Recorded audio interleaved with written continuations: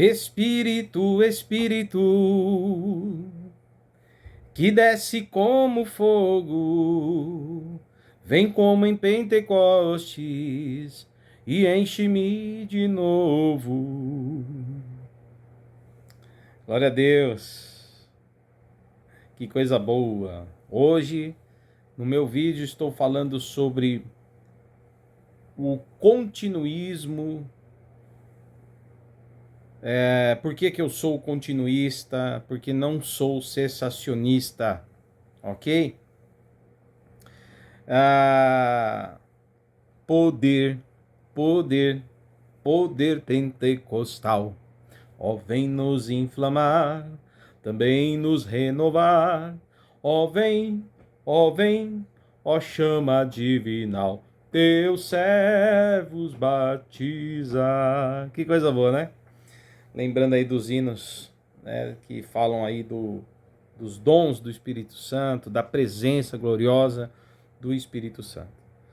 Bom, queridos, eu sou o pastor David Domenicali, ou Davi Domenicali. Acho que daqui para frente vou me chamar de Davi Domenicali. Né, tem uma controvérsia aí sobre o meu nome.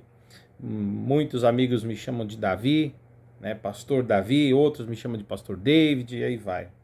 Então, para não desagradar alguns, eu vou me chamar de Davi, né? Davi Domenicali.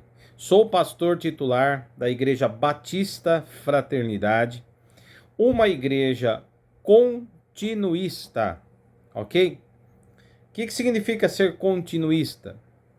Continuista significa que é uma igreja renovada, batista renovada, que acredita, confirma a continuidade dos dons espirituais e a atualidade desses dons, conforme nós aprendemos nas Sagradas Escrituras, no Novo Testamento, né, em todo o Novo Testamento, e nos apoiamos principalmente nas claras referências onde nós aprendemos sobre esses dons na carta do apóstolo São Paulo aos Coríntios, sua primeira epístola aos Coríntios, capítulo 12 até o capítulo 14, né? Capítulos 12, 13 e 14, tá bom? Fora isso, tem muitos outros textos que também falam dos dons espirituais.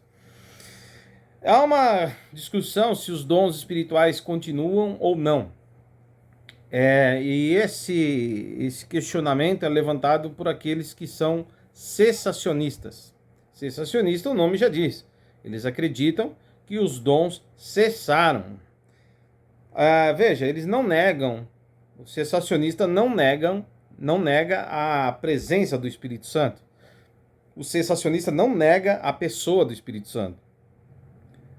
O cessacionista crê na Trindade, crê na pessoa do Espírito Santo. Tem até um vídeo meu falando sobre a Trindade que explica detalhadamente o que é a Trindade. Vale a pena você assistir, tá bom? Na série Discipulado, falando sobre a Trindade. Recomendo, para você entender melhor o conceito de Trindade. E o cessacionista, ele crê na inspiração do Espírito Santo em relação à Sagrada Escritura, que o Espírito Santo faz morada no cristão. Qualquer salvo, né? A obra da salvação é uma obra do Espírito Santo, né? O novo nascimento, ou seja, a regeneração. Enfim, é o Espírito Santo que fortalece a igreja e atua na igreja, ok? O cessacionista crê nisso. O cessacionista também acredita que Deus ainda faz milagre, mas o que é então que eles não acreditam hoje? Eles não acreditam que o Senhor, né, eles não acreditam que o Espírito Santo ainda usa alguns dons que a Bíblia nos mostra. Eles não acreditam que algumas pessoas cristãs, lógico, eles não acreditam na possibilidade de que algumas pessoas possam receber dons espirituais para a edificação da igreja.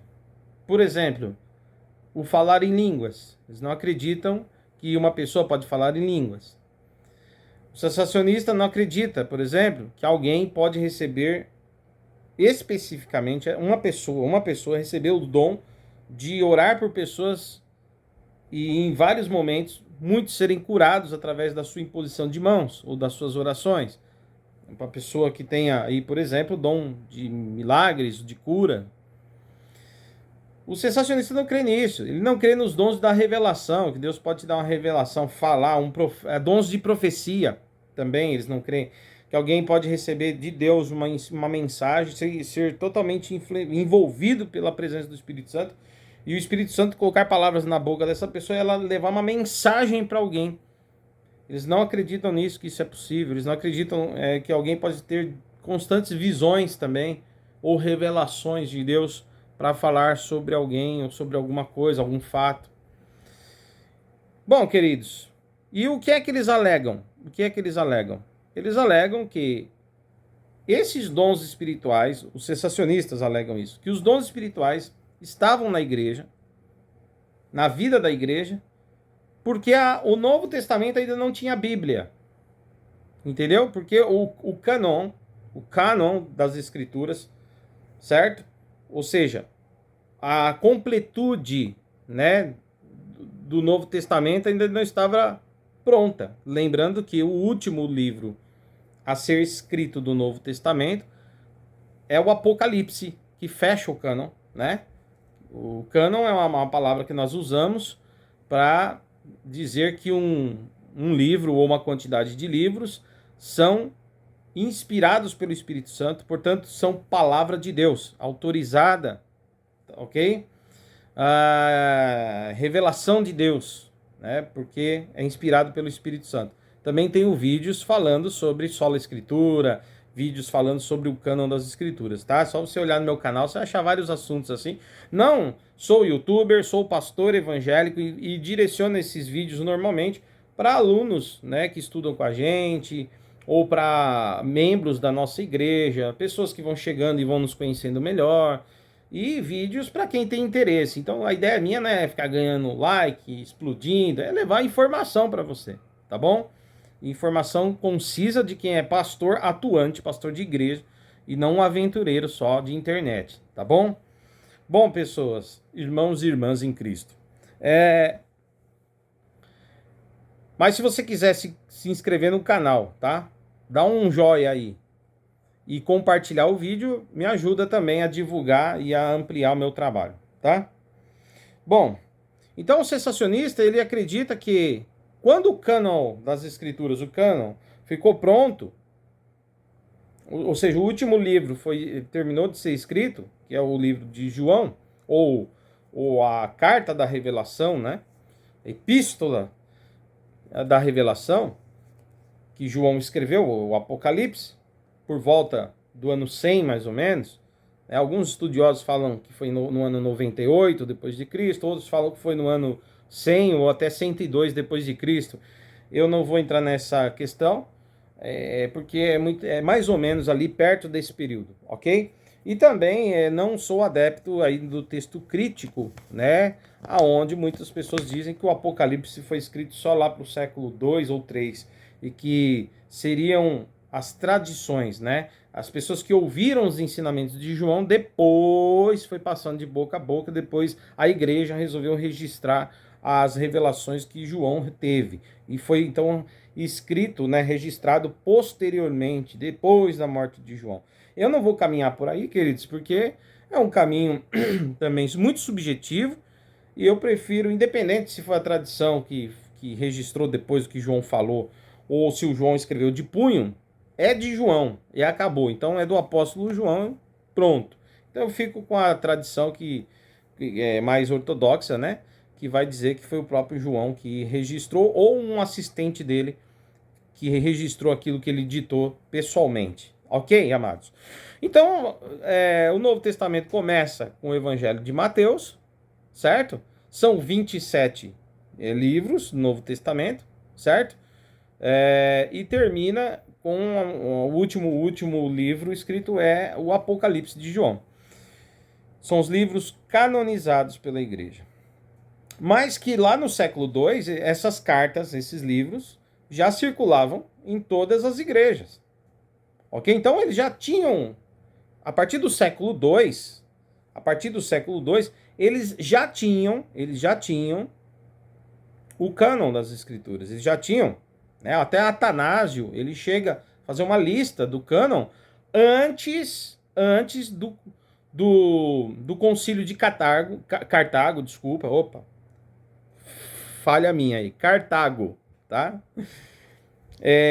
Antes do concílio de Cartago, né, que concluiu, a igreja definiu de fato os 27 livros, lá no ano, entre o ano 380 até o ano 396, ou 398, né, por aí, entre 380, foi uma discussão que começou em alguns concílios, começaram a discutir sobre a validade daqueles livros como livros inspirados pelo Espírito Santo, porque tinha alguns livros lá no meio, algumas cartas que eram duvidosas, e de fato, no ano 380 até o ano 398, mais ou menos, ou 396, mais ou menos por aí, alguns apontam uma data crucial, o ano de 392, tá? Mas fica aí, entre 380, aliás, começa uma discussão no ano 380, e ela vai ter a sua conclusão entre o ano 396 ou 398 depois de Cristo, ou seja, século IV, final do século IV. A igreja, né, que ali já está, né, já tem uma influência do Estado e tudo mais sobre a igreja, né, porque já nós temos o imperador Teodósio, né, que já colocou ali a igreja, já colocou o cristianismo nesse período como religião oficial do Estado de Roma, do Estado romano, do Império Romano. Então, a partir dessa época, né, desde Teodósio, a igreja já goza de poderes e tudo. Então, eles precisam bater o martelo e tirar, né, do meio dos livros bíblicos do Novo Testamento aqueles que não tinham uma aceitação por toda a comunidade, eram livros que umas igrejas aceitavam, outras não. A autoria desses livros ou dessas cartas era duvidosa. Então eles vão tirando alguns que eles chamam de pseudepígrafos ou apócrifos do Novo Testamento. Entre eles são retiradas a epístola de Barnabé, né? Tirado o pastor de Hermas e outros textos outras cartas que tinha ali no meio. E permanece somente as 27 que você tem hoje no seu Novo Testamento, tá bom? Só que tem um detalhe, essas 27 cartas que você já tem no seu Novo Testamento, o Atanásio, antes do concílio de Cartago, já tinha feito uma lista com essas epístolas aí. Então, já lá desde Atanásio, a igreja já tinha uma noção das cartas, todas essas 27 que já circulavam entre as igrejas. Então, eles já tinham a aceitação completa dessas cartas tendo autoridade apostólica, ou seja, autoridade como palavra de Deus inspirada pelo Espírito Santo. Beleza? Ficou claro até aqui? Então, o que acontece? Os cessacionistas, eles vão dizer que os dons espirituais vão desaparecendo da igreja, porque agora as escrituras estavam plenas. E a escritura, ela é aquela que edifica a igreja, é aquela que traz a revelação para a igreja. Então não tem mais necessidade de Deus usar ninguém com os dons de revelação, de profecia. Porque a Bíblia é a revelação e a Bíblia é a profecia. Olha, o continuista, o pentecostal ou o continuista, e eu vou falar a diferença do pentecostal para o continuista, tá? Lá no final do vídeo eu vou mostrar que tem uma diferença entre ser pentecostal e ser continuista. Tem um detalhe que diferencia os dois grupos. O que eles têm em comum, pentecostais e continuistas, ou carismáticos, o que nós temos em comum é que todos nós cremos na continuidade e atualidade dos dons espirituais, diferente dos cessacionistas. O ponto de divergência entre carismáticos ou continuistas e os pentecostais, o ponto de divergência está no batismo com o Espírito Santo. Tá? Depois no final do vídeo eu falo rapidinho, brevemente sobre isso, só para você entender, tá? Eu vou tentar ser breve, irmãos, porque é muita coisa para falar e o vídeo vai ficar tão longo que às vezes você vai ficar cansado. Mas olha, Estudar é para quem quer, né, irmãos? Também tem gente que gosta de coisa fast food, né? Ah, eu quero vídeo de 15 minutos, eu quero vídeo de 10 minutos. As pessoas falam para mim, pastor, grava vídeo só de 5 minutos, de 15 minutos, senão as pessoas não aguentam. Desculpa, né, irmãos? Conhecimento, queridos. Conhecimento não é uma coisa que é rápido, raso. Quem quer conhecimento tem que se doar um pouco mais, doar seu tempo, parar para ouvir, parar para aprender, parar para estudar, para meditar, para refletir, com um pouco mais de tempo. Então, não dá para fazer vídeos curtos, senão é melhor nem fazer, né? Porque fica raso, né? Fica incompleto. E os que eu faço de 1 hora eu já acho que fica incompleto. Imagina se eu fizesse em 15, 20 minutos, né? Mas eu tenho muita coisa para falar e se você estiver assistindo, espero que você curta e anote aí, seja útil para você que é pentecostal ou carismático, ok? Bom, e você que é sensacionista, entenda o que eu estou falando. Bom, aí os sensacionistas, eles vão e colocam assim que os dons não eram mais necessários. E os continuistas, veja bem, os carismáticos, pentecostais e continuistas também acreditam que a Bíblia é a máxima revelação de Deus. Nada substitui a Bíblia, nada está acima da Bíblia. Pelo contrário, os dons espirituais, nós, continuistas, carismáticos ou pentecostais, nós só acreditamos nos dons porque é a Bíblia, que é a autoridade máxima, é que fala. É a Bíblia que diz que os dons existem.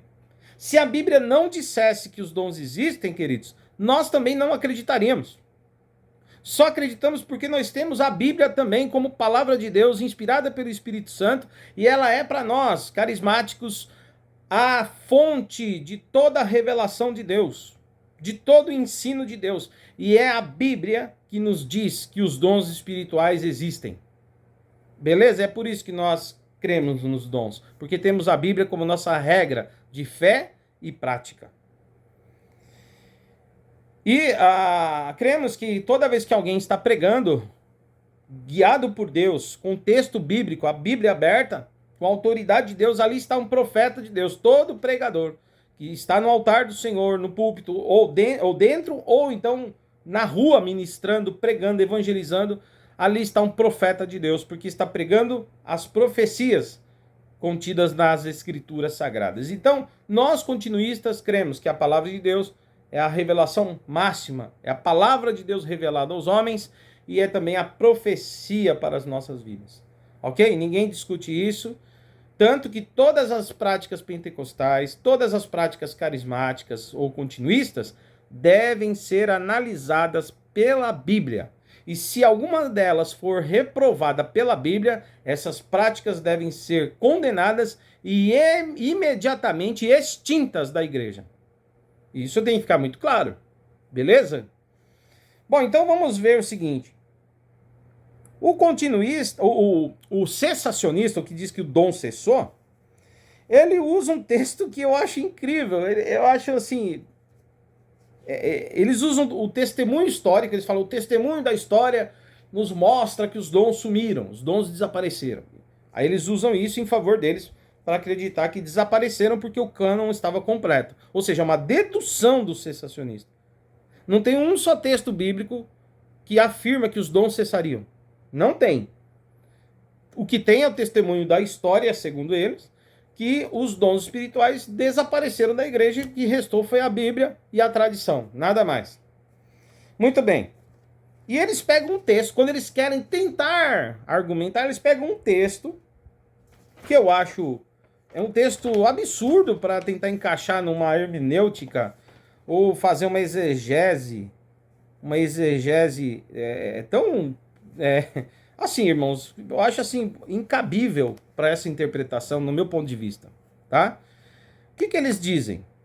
Eles usam o texto de 1 Coríntios, capítulo 13, certo? Primeira carta de Paulo aos Coríntios, capítulo 13. Eles vão ler os versículos 9 e 10. Certo? Para que diz o texto de 1 Coríntios 13, 9 e 10? Diz assim, ó. Pois em parte conhecemos e em parte profetizamos. Quando, porém, vier o que é perfeito, o que é imperfeito desaparecerá. Alguns cessacionistas usam esse texto, queridos, com uma subjetividade gigante, uma interpretação limitada, isolada, concepção obscura de um texto que não diz exatamente o que estão afirmando. Alguns, não todos, alguns usam esse texto. Não estou falando que todos sensacionistas usam esse texto, mas alguns deles usam. E é uma subjetividade, nada objetivo, sabe? É uma dedução intelectual sensacionista. Não é nada conciso, concreto, claro. É muito obscuro. Eles entendem que quando Paulo fala que nós em parte profetizamos, é porque ainda não tinha, quando Paulo está escrevendo isso na carta, não tinha ainda uma Bíblia formada no Novo Testamento. E aí eles dizem assim, quando porém vier o que é perfeito, o que é imperfeito desaparecerá. Ele está dizendo o seguinte, alguns sensacionistas têm coragem de interpretar esse texto, dizendo que os dons eram usados, o Deus usava pessoas imperfeitas nos seus dons para poder edificar a igreja no período que não tinha escritura sagrada no Novo Testamento, que não tinha o cânon do Novo Testamento. Na era apostólica, por exemplo. A Bíblia estava sendo escrita ainda pelos apóstolos e evangelistas. Aí é como se Paulo estivesse dizendo, vai chegar uma hora que vai vir o que é perfeito. E aí a imperfeição vai desaparecer. E vai ter a perfeição, somente ela vai ficar. E eles vão dizer que a revelação perfeita é a Bíblia. Eu concordo, a revelação perfeita e completa é a Bíblia. Que o sentido máximo da profecia é a Bíblia, são as escrituras sagradas. O cânon de Mateus a Apocalipse no Novo Testamento, né? E de Gênesis a Malaquias no Antigo Testamento. Eu acredito nisso, os continuistas também concordam. Mas essa interpretação aqui, queridos, é furada, não quer dizer isso. Na nossa visão continuista, o texto não fala nada do cânon. Eu acho que Paulo nem imaginava, né, nada sobre cânon. Paulo não estava pensando nada disso, não. Isso é uma forçação do texto para aqueles que tentam interpretar esse texto desse jeito aí. Tá? O que nós vemos aqui é que Paulo está falando que quando vier o que é perfeito, o que é imperfeito desaparecerá. Ele está falando aqui, na minha concepção, da plenitude dos tempos. Quando nós tivermos nossos corpos glorificados, encontrarmos com Cristo, né? Aí o que é imperfeito, né, desaparecerá. Tá certo? Ou aquelas coisas que ainda não haviam se cumprido, as profecias que eles estavam falando sobre a esperança, sobre as coisas vindouras. A profecia não estava completa, não estava ainda, não havia sido concluída ou concretizada ou cumprida. Então ela está em curso. Então ela não está ainda plena, não cumpriu-se ainda, entende? Então, em parte profetizamos de coisas futuras, de coisas gloriosas, de coisas que ainda não estão aqui. Aí ele diz, mas quando vier o reino de Deus que é perfeito, quando vier o momento perfeito do cumprimento daquilo que profetizamos, o imperfeito desaparecerá. Então, acredito, queridos, que aqui ele fala nesse sentido, e não no sentido do cânon das Escrituras, o canon das Escrituras, entendeu? Paulo nem imaginava nada sobre um concílio para fazer cânon das Escrituras, amados. Ele estava escrevendo uma carta, né, aos Coríntios para resolver problemas da igreja. Tá certo? Mas o Senhor estava conduzindo para isso, para se tornar ali, né, um texto que fosse guardado para a posteridade como instrução divina, porque Deus usava os apóstolos e falava através deles. Beleza? Por isso que temos a Bíblia hoje como palavra do Senhor para nós. Então, esse texto, a interpretação sensacionista é furada, é limitada, é obscura, é isolada, tá bom? Não faz sentido aqui, Paulo estava falando que não faz nenhum sentido imaginar, né, que Paulo estaria falando do canon das Escrituras. Ok, queridos? Bom, agora, a Bíblia diz que os dons existem, e inclusive proíbe, né, as pessoas de buscarem cessar com os dons. Você quer ver o que a Bíblia diz? Vamos ver. Primeiro, Jesus diz o seguinte, vamos começar com Cristo. Marcos, Evangelho de São Marcos, capítulo 16, versículo 17 e 18. O Senhor Jesus, o próprio Senhor Jesus diz o seguinte: os sinais seguirão aqueles que creem. Os sinais seguirão os que creem. Aí o Senhor Jesus vai falar lá: em meu nome pisarão os escorpiões. Em meu nome expulsarão os demônios. Em meu nome falarão em outras línguas. Em meu nome colocarão as mãos sobre os enfermos e os curarão. Queridos, Jesus estava dizendo isso, os sinais haveriam de seguir os que crescem nele. Inclusive, ele fala que haveria manifestação de falar em línguas, expulsar demônios e curar. Está claro no texto aqui. Eu sigo o que Jesus disse. Eu sou bíblico. Eu sigo a Bíblia. Se você pedir para um sensacionista um texto, fala assim, ó, fora a sua interpretação aí, obscura, me dá um texto claro, bíblico, que vai dizer que um dia os dons vão cessar aqui. A não ser quando Jesus voltar. Né? Quando Jesus voltar, ou seja, quando vier aquilo que é perfeito, vier a vinda do Filho do Homem, quando o Senhor Jesus Cristo vier como o Rei da Glória, né? Para começar um novo céu, nova terra, trazer o juízo, né? Para quem acredita, instalar o milênio. Enfim. Aí, queridos, Paulo fala, inclusive, né, do corpo glorificado. Nós teremos um corpo transformado. Os mortos ressuscitarão, terão também um corpo transformado. E todos nós estaremos com Cristo nas nuvens. Veja, aí, queridos, haverá o desaparecimento das imperfeições e no novo céu, na nova terra, na eternidade com Cristo, não haverá uma necessidade dos dons. Ninguém vai precisar mais profetizar, ninguém vai precisar mais ter revelações, ninguém vai precisar mais de uma Bíblia para ler, porque nós estaremos diante do próprio Cristo, perfeito, glorioso. Não haverá mais pecado, não haverá mais morte, dor, corrupção. Essas coisas desaparecerão na eternidade com Deus, para os salvos.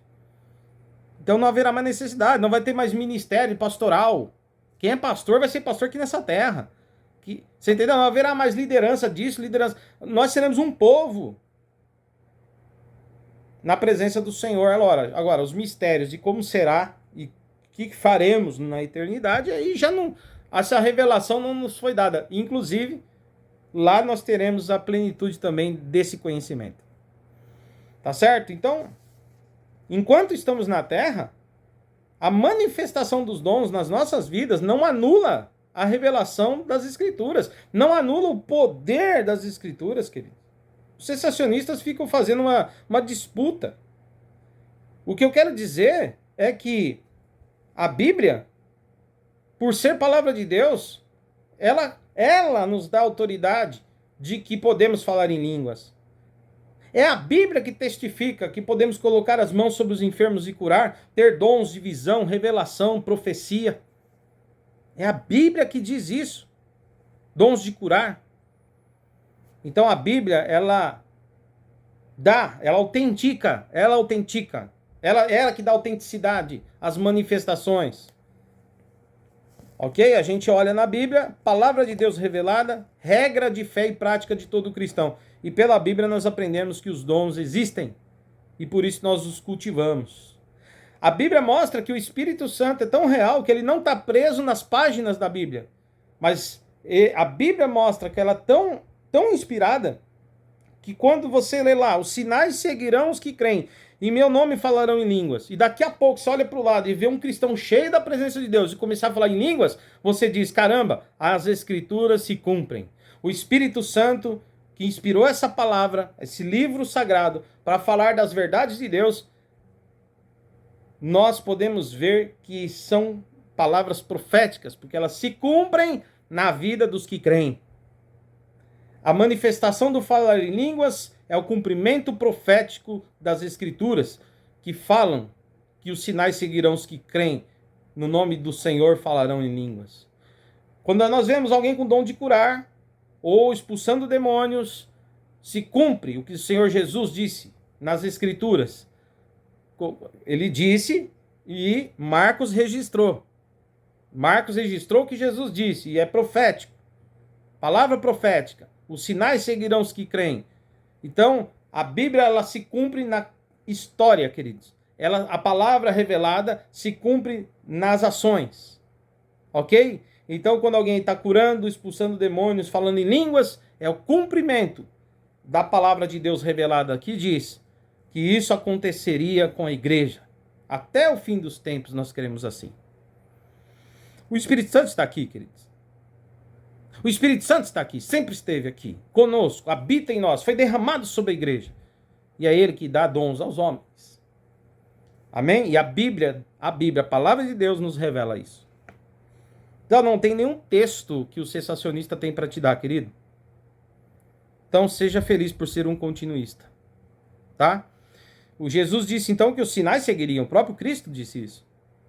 Em Coríntios, primeira carta de Paulo aos Coríntios, no capítulo 12, certo? Do versículo 4 ao 11, o apóstolo Paulo vai dizer que o Espírito Santo opera dando aos homens dons espirituais. 1 Coríntios, capítulo 12, versículos 4 ao 11. Paulo fala isso, sobre os dons espirituais. São vários dons, diversos dons, mas é o Espírito, um só Espírito, o Espírito Santo, que opera nessas manifestações. 1 Coríntios, capítulo 12, dos versículos 28 ao 31, o apóstolo também diz que nem todos irão receber os mesmos dons.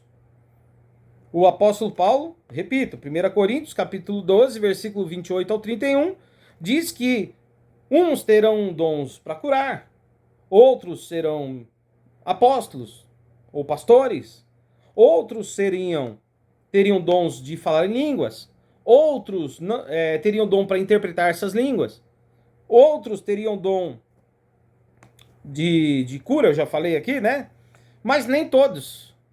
E Paulo diz nem todos. Uns têm uns dons, outros têm outros dons. E ele vai dizer que o Espírito Santo dá a cada um conforme ele quer. Ele distribui os dons conforme lhe agrada, conforme ele quer. Certo? E é interessante porque aqui no capítulo 14, veja bem, olha o que o apóstolo Paulo fala agora, 1 Coríntios, capítulo 14, versículo 26, Paulo diz exatamente assim, ó. Portanto, que diremos, irmãos? Quando vocês se reúnem, cada um de vocês tem um salmo, ou uma palavra de instrução, ou uma revelação, uma palavra em língua e uma interpretação. Tudo seja feito para a edificação da igreja. Paulo está dizendo que quando a igreja se reúne, um tem salmo, outro tem palavra de instrução, outro tem uma revelação da parte de Deus, o outro tem uma palavra de língua estranha e outro se levanta para dar a interpretação. Aí ele diz, mas que tudo seja feito para a edificação da igreja. Isso é importante, viu? Porque tem igreja que tem acontecido tanta coisa que não edifica em nada. Tem muita gente com barulho e não é o Espírito Santo, hein? Fica atento com isso. É só festa, é só tititi, sabe? Os ninja. Ninja! E tem no meio carismático, no meio pentecostal, um monte de coisa estranha, gente caindo pra cá, caindo pra lá, que não traz edificação nenhuma. Os dons espirituais, aqui você tem que olhar a Bíblia, que ela testifica os dons, a Bíblia autoriza os dons, irmãos. E eu falo aqui agora com os carismáticos, pentecostais, continuistas. Porém, diz, tudo seja feito para a edificação da igreja. Então, se não está trazendo edificação, pastor da igreja, você é responsável. Doutrina essa igreja. Porque ela pode estar com um monte de meninice, ou até mesmo com espíritos enganadores, trazendo bagunça para o culto, e tirando o foco daquilo que é sagrado e santo. Ok? Agora, 1 Coríntios, capítulo 14, versículo 39. Paulo diz assim, portanto, meus irmãos, olha isso. Busquem com dedicação profetizar. Certo? Aqui pode ser tanto alguém que aprenda as escrituras, para ler as escrituras de modo correto e ensinar a igreja, como profeta, como pode ser também o dom de profecia, que Deus fala e instrui a igreja através também de uma mensagem, através de um profeta. As duas coisas, tá? É cabível dessa interpretação. As duas coisas. E aí ele diz, e não proibais o falar em línguas, queridos. O texto está dizendo, o texto bíblico, não proíbam as pessoas de falarem em línguas. Tá certo? Mas no versículo 40, ele diz, porém deve ser feito tudo com ordem e decência. Repito, um monte de gente aí nas igrejas fazendo bagunça. Outro dia eu vi um trepando na parede igual pica-pau. Gente rodopiando feito peão. Aviãozinho pra cá, uma histeria. Isso é desordem. Tem que questionar se Deus está ali. Está edificando em quê? Ah, pastor, é a alegria do Espírito. Ah, tá, sei. O Espírito Santo traz alegria sem você fazer baderna, irmão.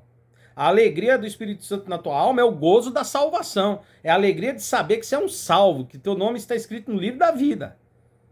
Ok?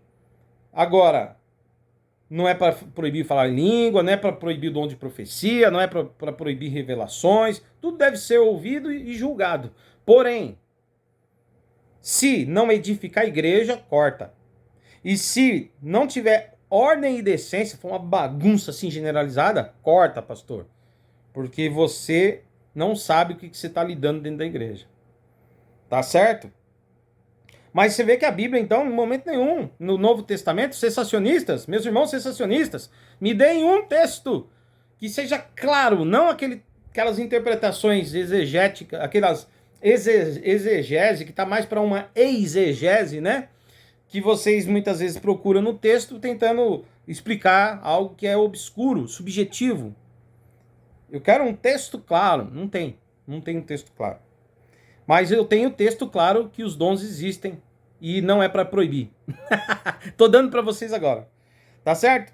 Então, que edifica a igreja, não proíba o falar em língua, não proíba e busque o dom de profetizar. E ele vai dizer mais.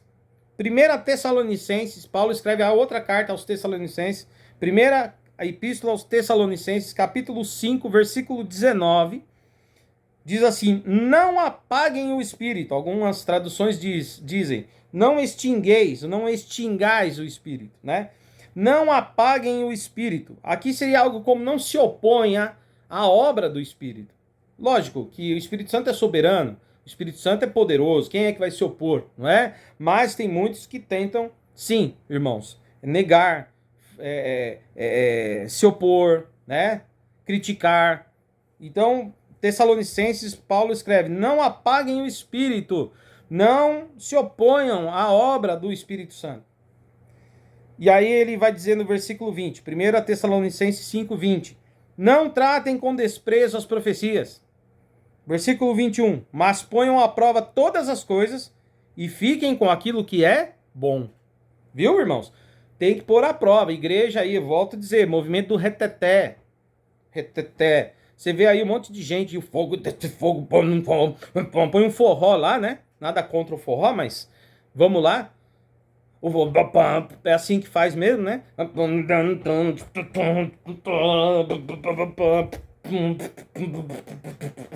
E roda, e marcha, e soldado, e gesticula, e cai no chão, e fica batendo o pezinho e tal, e piriri, pororó. Fora as profetadas, né? Aquele pessoal que sai falando em nome de Deus o que Deus nunca disse. Então tem que ter o pastor aí, pastor, para cuidar da igreja. O pastor deve estudar as escrituras e saber colocar ordem, fazer tudo com ordem e decência, ok? Então, amados, eu tenho textos bíblicos, tá bom?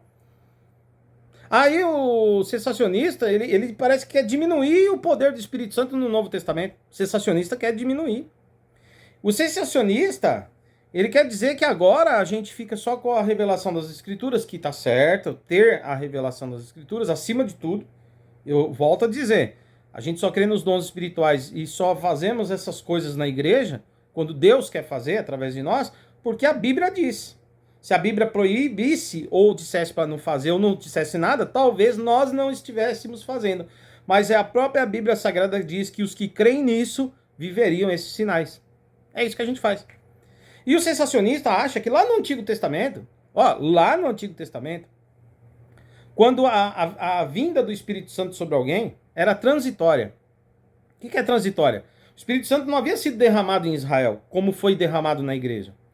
Certo? O Espírito Santo, ele vinha, se apossava de uma pessoa, dava a ela poder, como fazia, por exemplo, com Sansão no livro de Juízes. Sansão ficava com uma... Quando o Espírito Santo vinha sobre ele, tomava ele, ele ficava com uma força, naqueles momentos que Deus usava ele.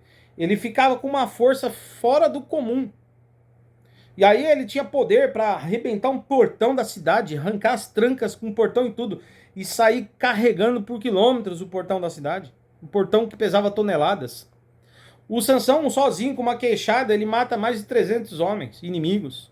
O Sansão, no final de vida, ele agarra, né, ele se coloca na coluna principal do templo pagão, templo de Dagon, e ele, com a graça de Deus, o Espírito Santo vem sobre ele, ele derruba, irmãos, a coluna do templo, matando mais gente ali, na sua morte, do que ele matou em toda a sua vida. Os inimigos, lógico.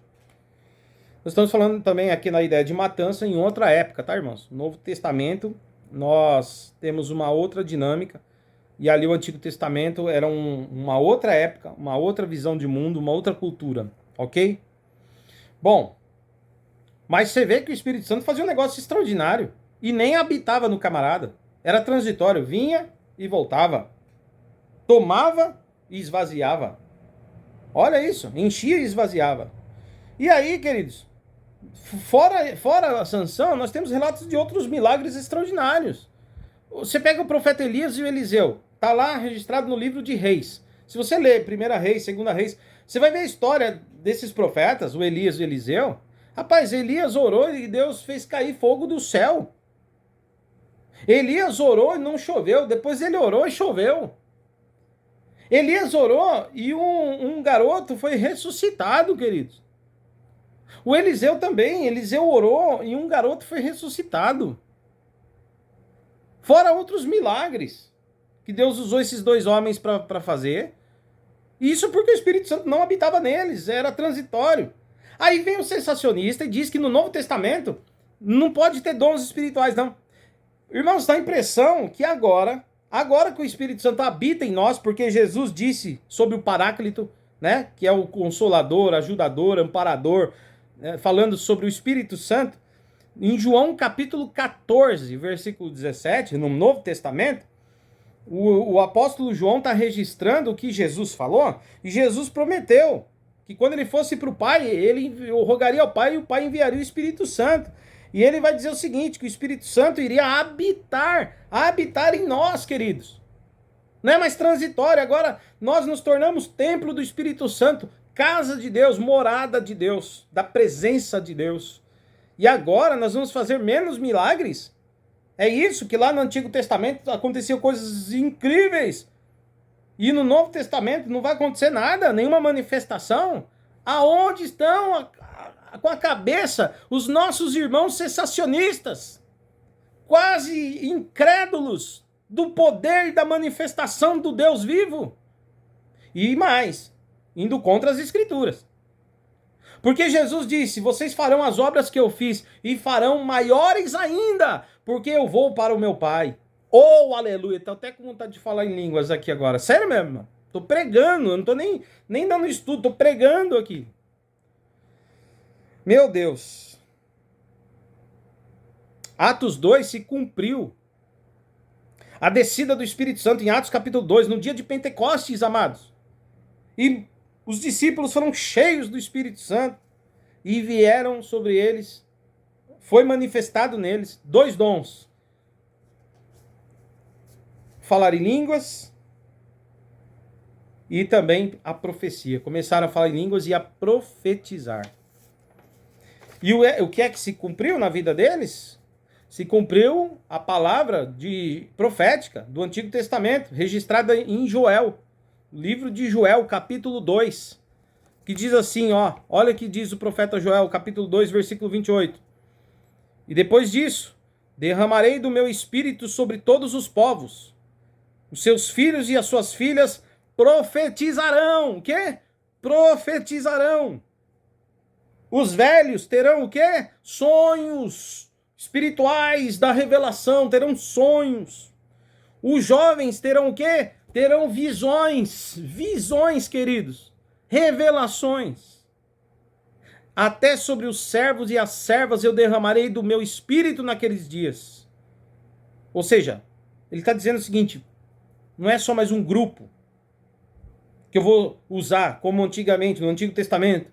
Geralmente Deus, o Espírito de Deus, que era transitório nesse sentido, vinha sobre reis e usava os reis. Vinha sobre os profetas e usava os profetas. Vinha sobre juízes e usava os juízes, ou vinha sobre os sacerdotes. Eles recebiam unção com óleo, que simbolizava o Espírito Santo na vida deles.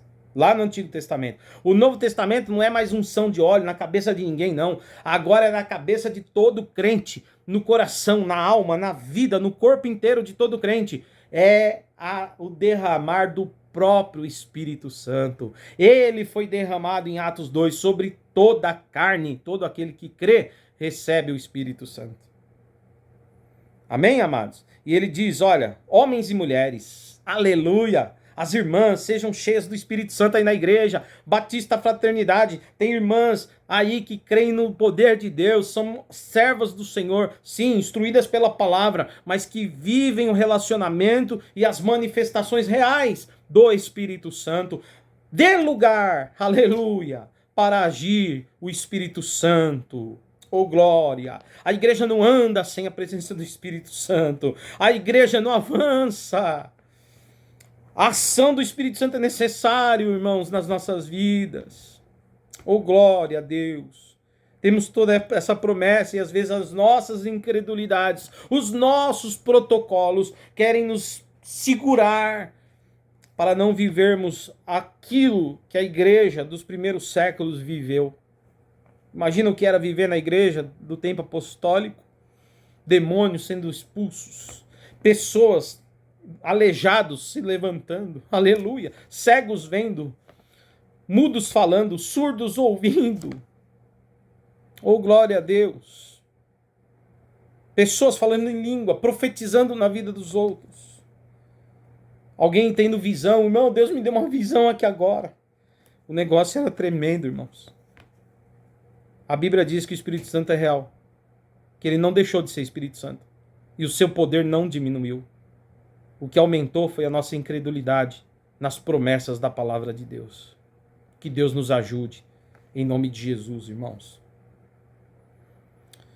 Bom, e aí, homens e mulheres cheios do Espírito Santo, Joel diz, derramarei sobre meu espírito, sobre toda a carne.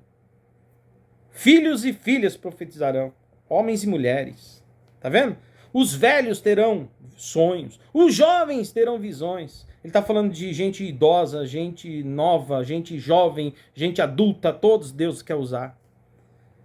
Ele diz sobre toda a carne, pobres e ricos, aleluia, homens e mulheres, jovens e idosos, todos receberiam dons espirituais após o Espírito Santo ser derramado sobre a carne deles.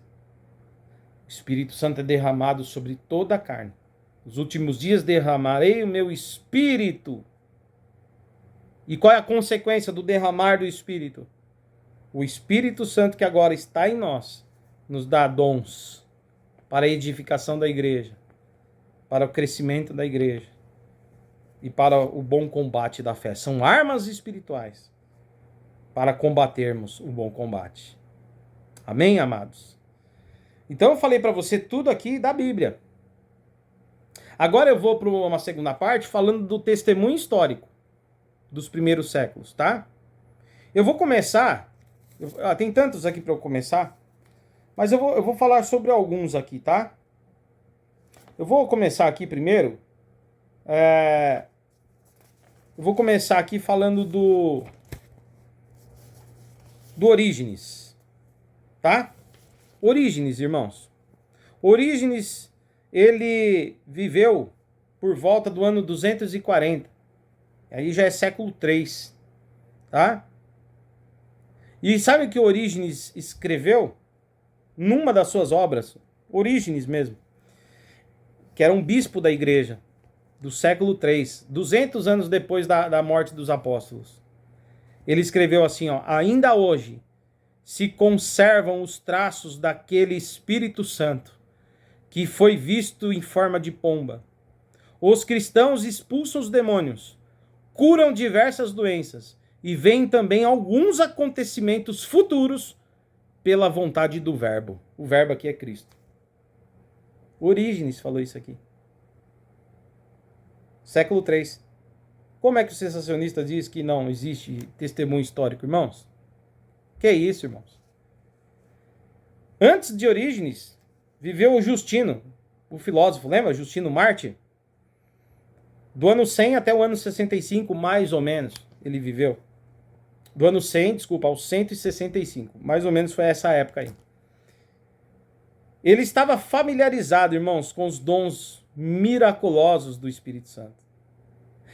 No seu famoso diálogo com Trifão, presta atenção, no famoso diálogo com Trifão, ele escreveu. Isso é um documento histórico dos pais da igreja, amados. Justino escreveu: pois os dons proféticos permanecem conosco até o dia de hoje. Ainda hoje é possível ver entre nós homens e mulheres que possuem os dons do Espírito Santo. Como que é que não tem testemunho histórico, irmão? Que isso? Quer ver outro texto? Irineu viveu do ano 125 até o ano 200, mais ou menos esse período aí que Irineu viveu. Também era um bispo de Lyon, certo? Ele lutou contra o gnosticismo na época, foi um teólogo que bateu contra o gnosticismo.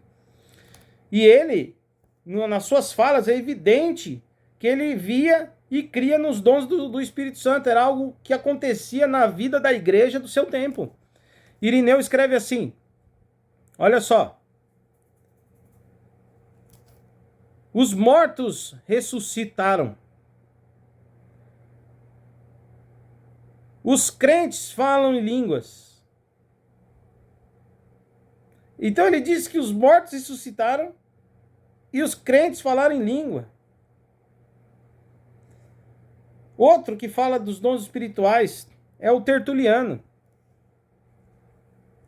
Depois do ano 160 para frente, né? Foi a vida dele mais ou menos esse período. Viveu aí, ele vai nascer na metade do século II, vai morrer lá antes da metade, ou quase na metade do século III.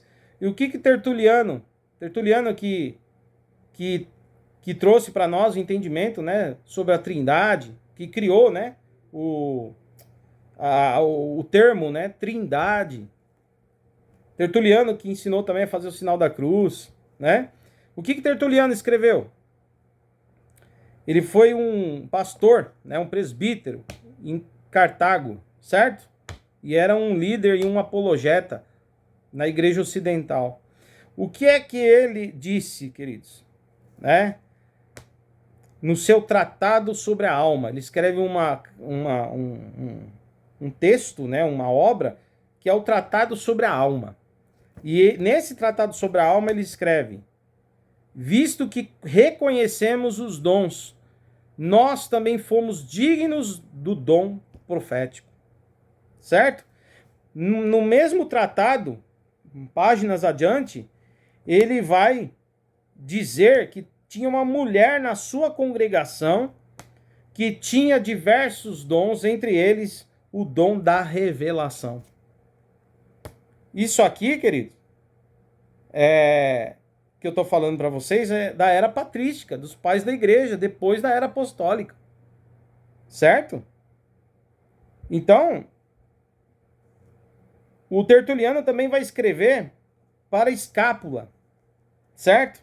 E ele diz o seguinte, nesta obra, nessa carta para Escápula, ele diz o seguinte: o céu sabe quantos homens distintos, para não falar das pessoas comuns, têm sido curados das doenças e libertos de demônios.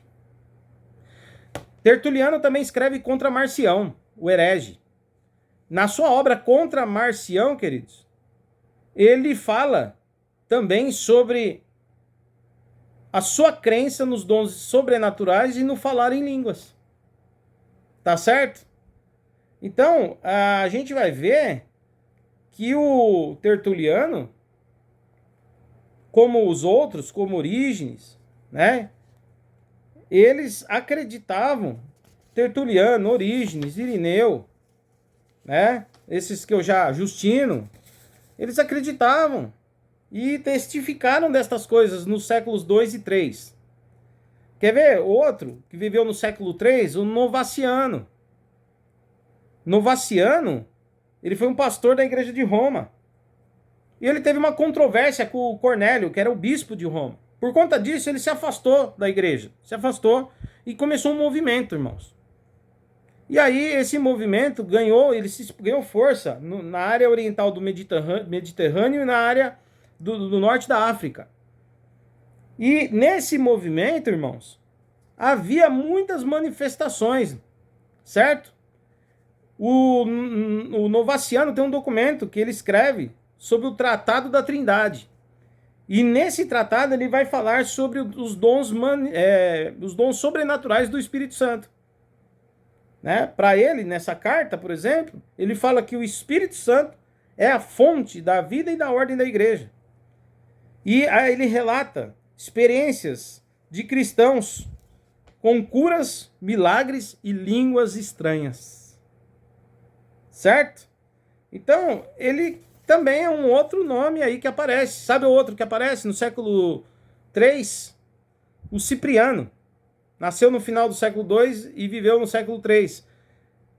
Ele também, irmãos, Cipriano fala também sobre os dons do Espírito Santo.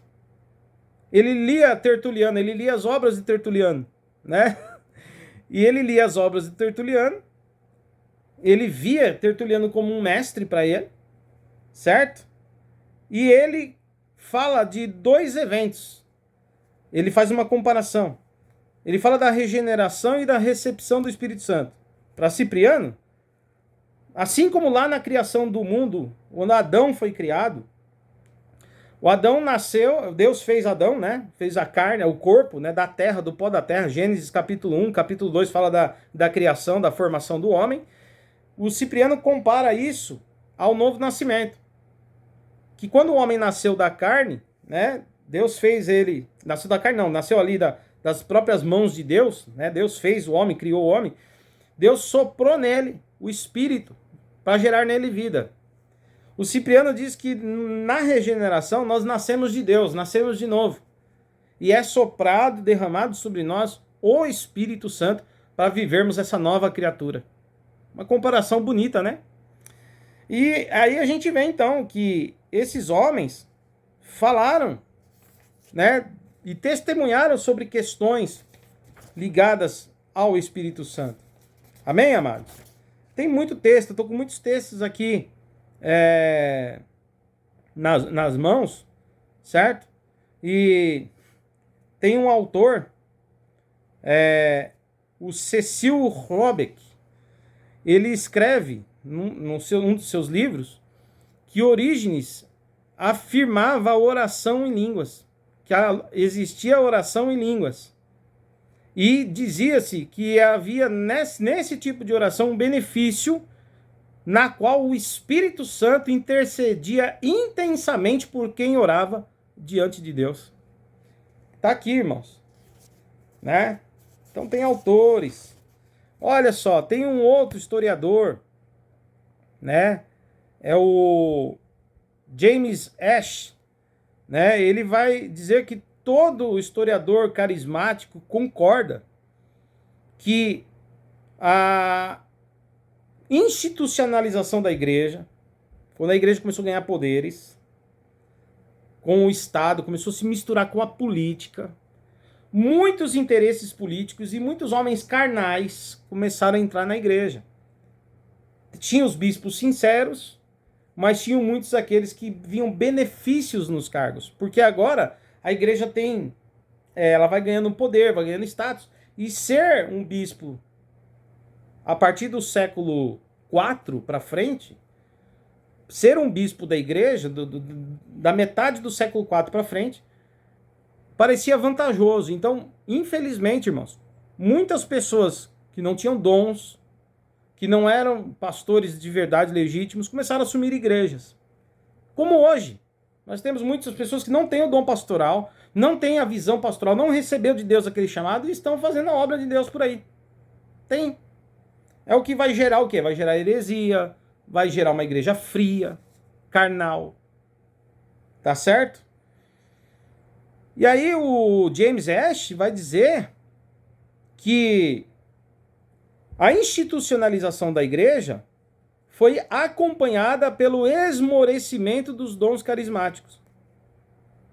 O Ash ainda declara, James Ash declara, que em resposta à noção popular de que os dons carismáticos foram substituídos pelo cânon do Novo Testamento, é que os bispos que rejeitaram as profecias e não o cânon. É aquilo que eu estava falando no começo. Quem começou a rejeitar os dons de profecia, os dons de línguas, foram os líderes da igreja, a partir do século IV, meados do século IV para cima. E não é a Bíblia que rejeita. Quem começou a rejeitar foram os homens.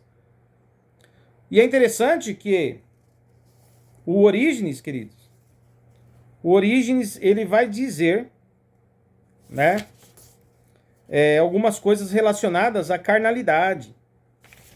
Que a carnalidade, queridos, ela fazia com que a vida espiritual fosse fraquejando. Muitos homens e mulheres tornaram-se carnais, materialistas, naquele tempo, devido ao poder que a igreja estava ganhando. E isso, de certa forma, fez com que eles deixassem de depender mais do Espírito Santo e começassem a depender mais dos poderes seculares. Tudo dá um jeito, tudo negocia, tudo é política. Isso é dito aqui por esses historiadores, né? James Ash, outros autores também vão falar um pouco sobre isso. Basta você pesquisar um pouco mais, irmãos e irmãs. Vocês vão encontrar algumas literaturas muito boas. Nem tudo está traduzido para o português, mas tem muita obra, principalmente lá fora, que fala destas coisas, tá certo? O Philip Schaff, ele diz que houve uma cisão entre a era dos apóstolos, né, na qual houve muitas revelações sobrenaturais, com a era seguinte, na qual as revelações foram desvanecendo. E a igreja jamais conseguiu recuperar esse equilíbrio da manifestação espiritual depois da controvérsia montanista. O que é isso? É que apareceu um bispo, irmãos, chamado Montano. Depois ele vai ser considerado herege pela igreja. Por quê? Porque o Montano, ele coloca algumas coisas que eram estranhas, né, para a questão de alguns bispos da igreja não aceitavam muito isso. O Montano, ele começa a proibir a relação sexual na vida do casal. Isso aí realmente não é bíblico, certo? E eles começam a pregar mais uma vida de santidade ascética. E por que eles falavam isso? Porque eles falavam que Cristo estava pertinho para voltar, inclusive eles achavam que voltaria num lugar específico lá. E isso ficou estranho, porque era a cabeça de Montano. Mas por outro lado, Montano, segundo os relatos, ele cria na doutrina da Trindade, ele cria nas doutrinas ortodoxas, ele não era um herege no sentido da doutrina, ele começou a pregar coisas estranhas nesse sentido, do casamento, do sexo, da vida, né, sexual do casal, e começou a falar muito que Cristo voltaria e dando inclusive não a data, mas o lugar onde Cristo viria, né? Essas coisas começou a ficar estranha e alguns falam também que Montano fez outras práticas das quais não era cabível para a igreja, né? Talvez ele questionasse algumas cartas apostólicas, talvez fizesse isso também. Mas o problema é que a única coisa que a gente tem sobre Montano é escrita por quem o criticava. Nós não temos os textos mesmo do próprio Montano, ou dos seus seguidores, fazendo uma defesa apologética. O que nós temos são as cartas dos bispos oficiais da igreja criticando Montano, falando dos seus erros, tal, fazendo críticas. Então a gente nunca vai saber exatamente se esses eram realmente o pensamento de Montano, ou por rejeitar o movimento carismático de Montano. Por quê? Porque o movimento de Montano mostrava-se eficiente e muito abundante em dons espirituais. Línguas, profecias, curas, coisas extraordinárias eram feitas por meio do grupo de Montano, pelas pessoas que seguiam Montano. E alguns críticos vão dizer que em momentos de entregar algumas profecias, os seguidores de Montano parecia que entravam em êxtase, como se saísse fora de si e alguma coisa falava através deles. Claro que nesse caso seria um absurdo, porque a Bíblia vai dizer, Paulo vai dizer que o espírito dos profetas está sujeito ao profeta. Não é o Espírito Santo que está sujeito ao profeta, mas o espírito do profeta é sujeito ao profeta. Ou seja, em nenhum momento o Espírito Santo tira o domínio próprio de alguém. Não importa se ele está curando, profetizando, se ele está tendo uma visão, em nenhum momento ele perde o controle, tá, da sua consciência. Deus não faz isso. Quem faz isso é o inimigo. Deus não faz isso. O cânon das Escrituras nos mostram que as pessoas fazem as coisas conscientemente. Amém, queridos? Claro, de uma forma a ser impelido, impulsionado pelo Espírito Santo, de um fervor que vem sobre a pessoa, ela não se aguenta no sentido daquele poder que está sobre ela, mas não perder a consciência, de modo algum, tá? E alguns críticos dizem que no grupo de Montano acontecia esse tipo de êxtase, e aí é que a igreja criticava também. Agora, são os críticos de Montano, né? É igual um monte de gente começar a falar mal de mim, pastor David, e tudo que se escrever na história sobre mim é sobre quem não gosta de mim. Que é que eu vou aparecer? Aliás, qual será a minha imagem para o futuro da história? Se só quem não gosta de mim escreveu sobre mim. Um horror, né? Não é verdade? Era necessário que eu deixasse escritos ou falar, ou algumas pessoas que gostam de mim falassem também sobre mim, para ter um equilíbrio. Aí você ia ter muitos documentos que falam bem de mim e documentos que falam mal de mim. Aí você queria falar, olha, quem não gostava dele falava que ele tinha esse problema, mas quem gostava dele falava que ele, olha, fazia isso e ele nunca concordou com isso, não, isso era uma mentira, uma acusação falsa de quem não gostava dele, ou não sabia interpretar ele mal. Então nós nunca vamos saber. O fato é que Montano entrou para a história como um herege, porém, Tertuliano aceitou os ensinos de Montano e se tornou um montanista. Tertuliano acreditou, falou, não, Deus é com ele.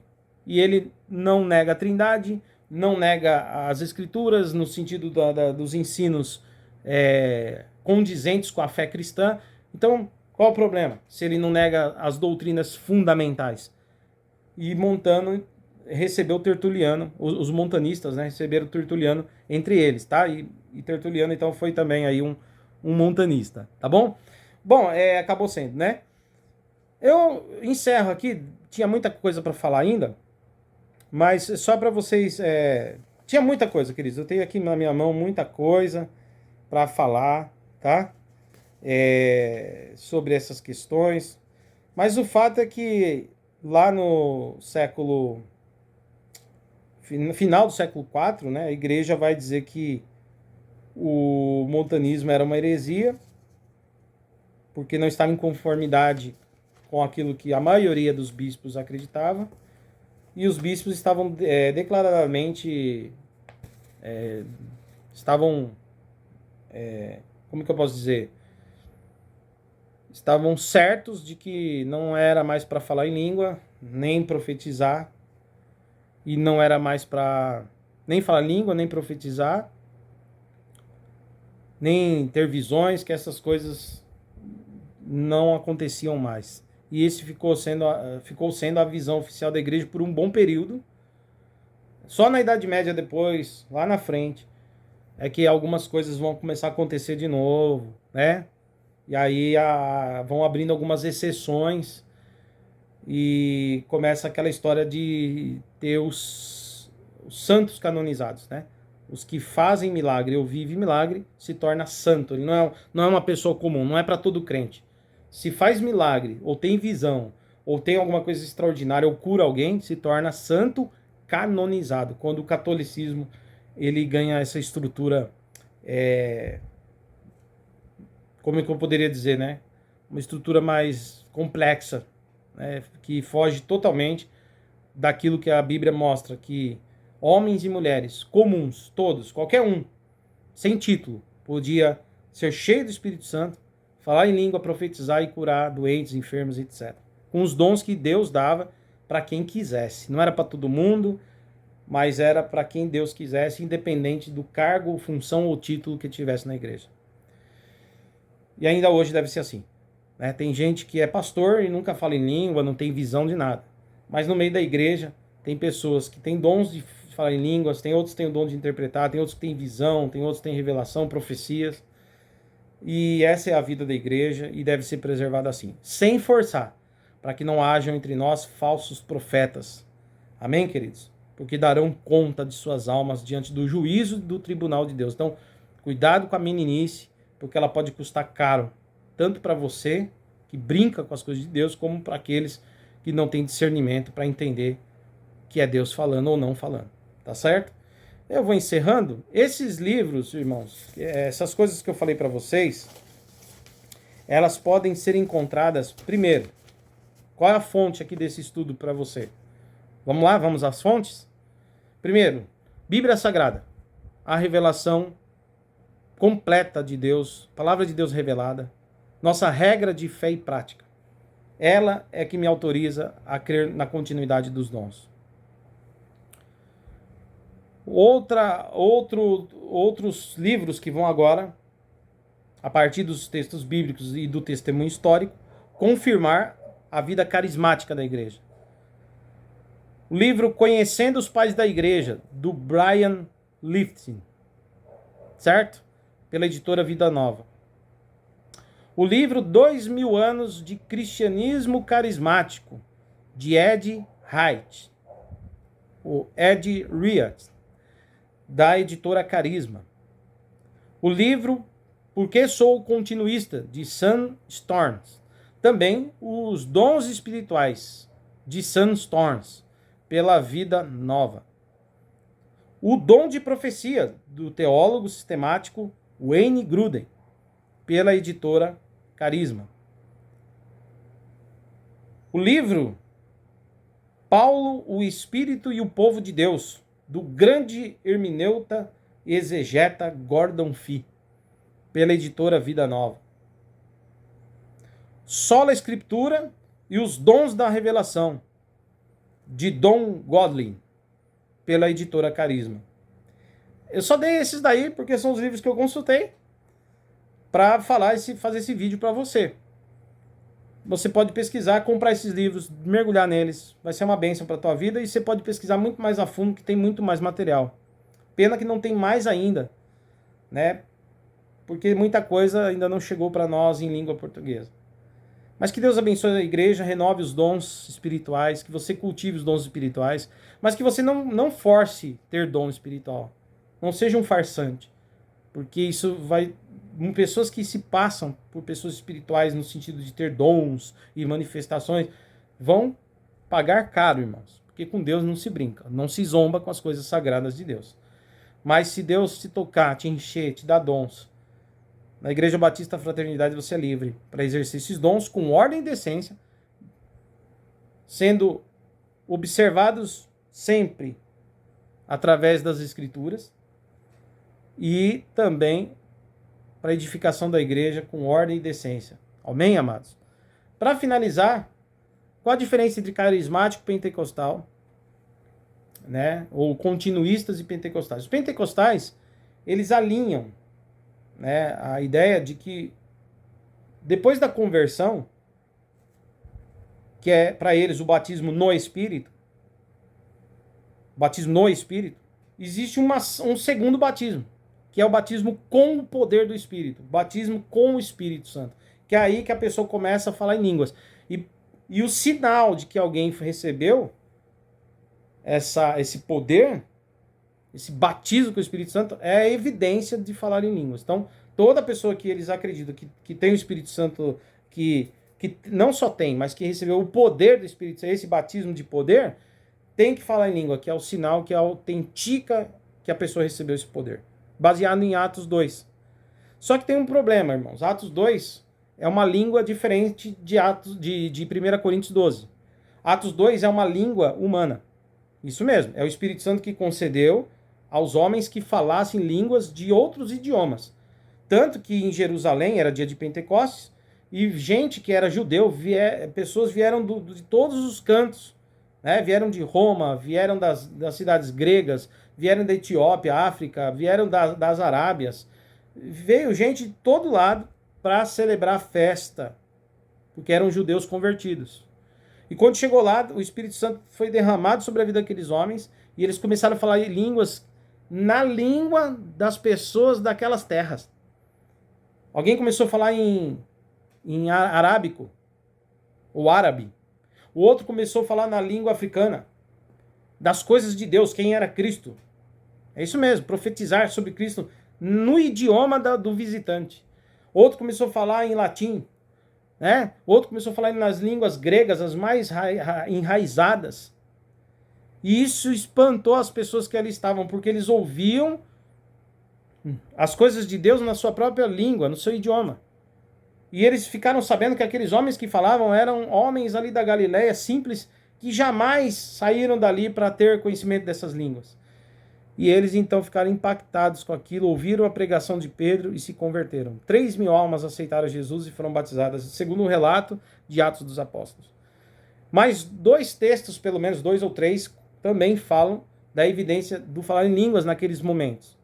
Mas o que parece, irmãos, é que esse falar em línguas foi específico para aquele momento. Em momentos específicos. Quando Deus quis se revelar aos judeus, que ele iria ganhar povos, iam ganhar um povo, que Deus, a missão da igreja seria levar o evangelho a povos de outras línguas e culturas. E ficou claro também para os cristãos que essa era a missão deles, pregar para outros povos, como Jesus disse, vocês vão receber poder, serão minhas testemunhas em Jerusalém, na Judéia, né? Em Jerusalém, na Judéia, em Samaria e até os confins da terra. E nós vamos ver o falar em línguas, pelo menos entre 3 e 4 episódios. Esse em Jerusalém, que foi a manifestação em línguas para os judeus. Vamos ver uma segunda manifestação em Samaria. E depois mais 2, talvez, manifestações entre os gentios, já entre os gregos. Mostrando que ali estava sendo confirmado o derramar do Espírito Santo em outras línguas para esses povos.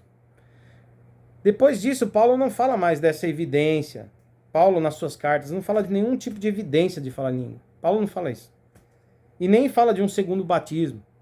Pelo contrário, na carta de Paulo aos Coríntios, né? Ele vai falar sobre um só batismo. Não é isso? Paulo vai falar de um batismo só. Que todos nós fomos batizados em um mesmo Espírito. Certo? Ele vai dizer que todos nós fomos batizados em um mesmo Espírito. Então, não existe 2 batismos, mas um só batismo. Nós fomos inseridos no corpo, diz Paulo, por um só Espírito. Tá certo? Todos nós, ele diz, não é alguns de nós, todos nós. Então, para se tornar cristãos, fomos batizados com o Espírito Santo. O derramar do Espírito Santo é sobre a igreja, é uma promessa para todo que crê. Então, todos são batizados com o Espírito Santo. E não só alguns e depois recebem uma segunda bênção, como dizem os pentecostais. Então, os sinais, o falar em línguas em 1 Coríntios 12 é outra língua. É uma língua estranha que ninguém entende. Tanto que tem que orar para ter intérprete. Não basta alguém, ore para Deus enviar intérpretes. Ore para Deus enviar pessoas que saibam falar essas línguas. Não. Ore para que Deus te dê a interpretação. Veja, é espiritual. Não é uma língua que se entende a interpretação com leituras humanas.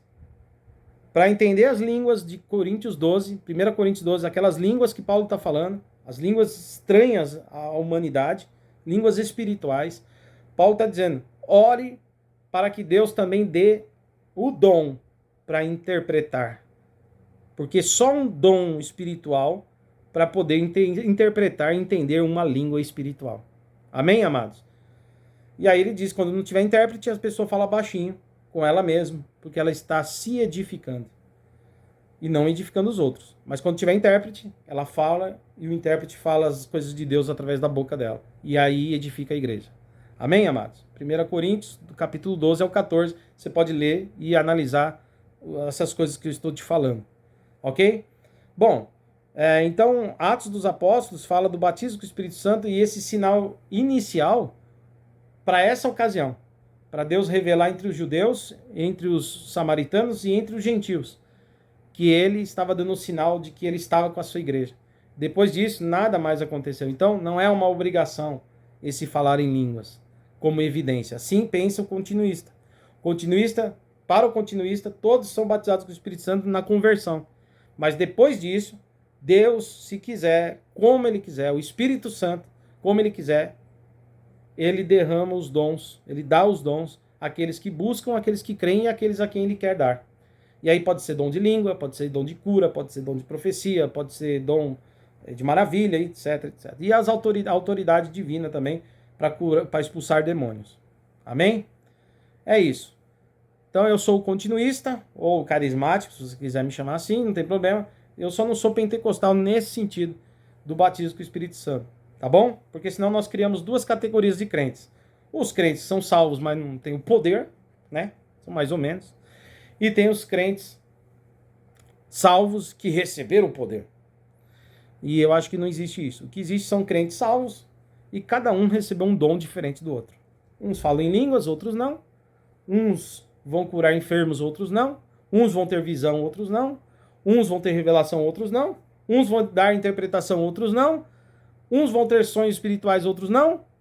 E uns vão ser pastores e mestres, outros não. Esses são os dons de Coríntios 12 até o capítulo 14. Deus abençoe, espero que você tenha aproveitado. Curte o canal. Curte, dá um like aí, se inscreve. E compartilha. Deus te abençoe.